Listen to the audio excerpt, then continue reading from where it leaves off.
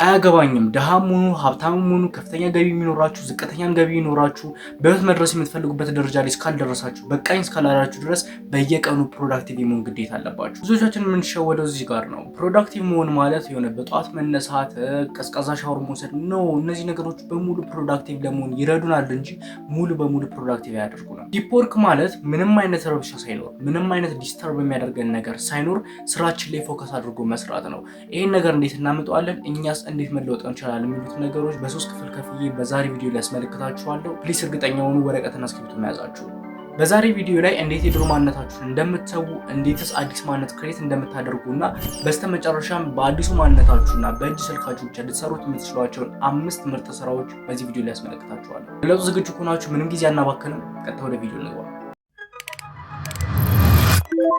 አይምሮአችን ኒውሮፕላስቲሲቲ የሚባል ባህሪ አለው። ይህም ባህሪ ማለት አይምሮአችን እንደፈለግነው እንደ ፕላስቲክ መቅረጽ እንችላለን ማለት ነው። እናንተ ለአመታት ይህን ነገር ማድረግ አልችልም እድል የለኝም በምትሉበት ሰዓት አእምሯችሁ ውስጥ ኒውትራል ፓዝዌይ የተባለውን የነርቭ መንገድ ከፍታችኋል ማለት ነው።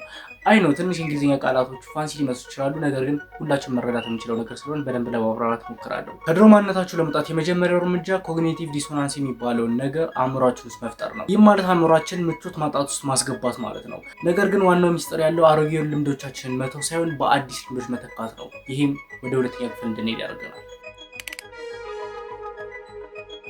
ኦኬ፣ በሁለተኛ ደረጃ ላይ እንዴት አዲስ ማንነት ክሬት እንደምናደርግ እናያለን። ይህም በሳይንቲፊክ ኔሙ አይዴንቲቲ ሽፍቲንግ ይባላል። አንድ ሰው ራሱን እንደ አንድ ስኬታማ ሰው ማየት ሲጀምር አእምሮ ሬክቲኩላር አክቲቬቲንግ ሲስተም ወይም ደግሞ ራስ የሚባለው ሲስተም ውስጥ መግባት ይጀምራል። ይህም ክፍል በዙሪያቸው ያሉትን እድሎች ብቻ እንድታይ ያደርጓቸዋል። ይህም ማለት ማንኛውም ሰው መጥቶ አትችልም እንዲያታደርግም ቢሏችሁ ቼክ አታድርጓቸው።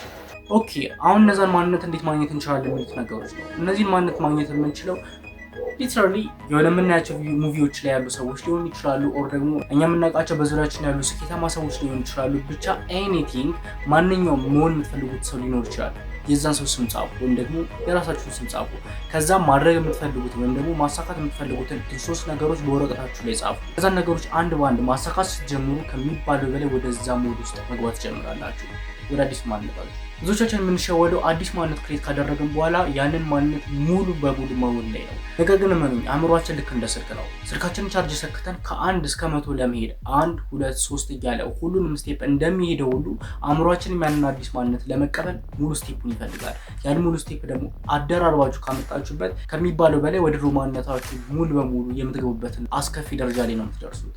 ኦኬ፣ አሁን አዲስ ማንነት ክሬት አደረጋችሁ። ነገር ግን ይህን ማንነት ይዛችሁ ቁጭ እንድትሉ አልፈልግም። አዲሱ ማንነታችሁና ስልካችሁን ብቻ በመጠቀም ልትሰሯቸው የምትችሏቸውን 5 ምንም አይነት ብር የማይጠይቁ ስራዎችን አሁን ዘረዝርላችኋለሁ። የመጀመሪያው ቪዲዮ ኤዲቲንግ። አብዛኞቻችን ቪዲዮ ኤዲቲንግን በኮምፒውተር ብቻ ይመስላል፣ ነገር ግን በስልክ የሚሰራ ስራ ነው። ሁለተኛው ሶሻል ሚዲያ ማኔጅመንት። ይህ ስራ የሰዎችን የገጽ ማስተዳደር ወይም ደግሞ የዩቲዩብ ሊሆን ይችላል፣ የፌስቡክ ሊሆን ይችላል፣ የተለያዩ ገጾቻችን በማስተዳደር ብቻ በወር በጣም ብዙ የሚባሉ ገንዘቦችን ማግኘት ይቻላል። ሶስተኛው ሃይ ቲኬት ሴልስ። በስልክ ብቻ ደንበኞችን በማነጋገር በወር አሪፍ የሆነ ኮሚሽን ማግኘት ይቻላል።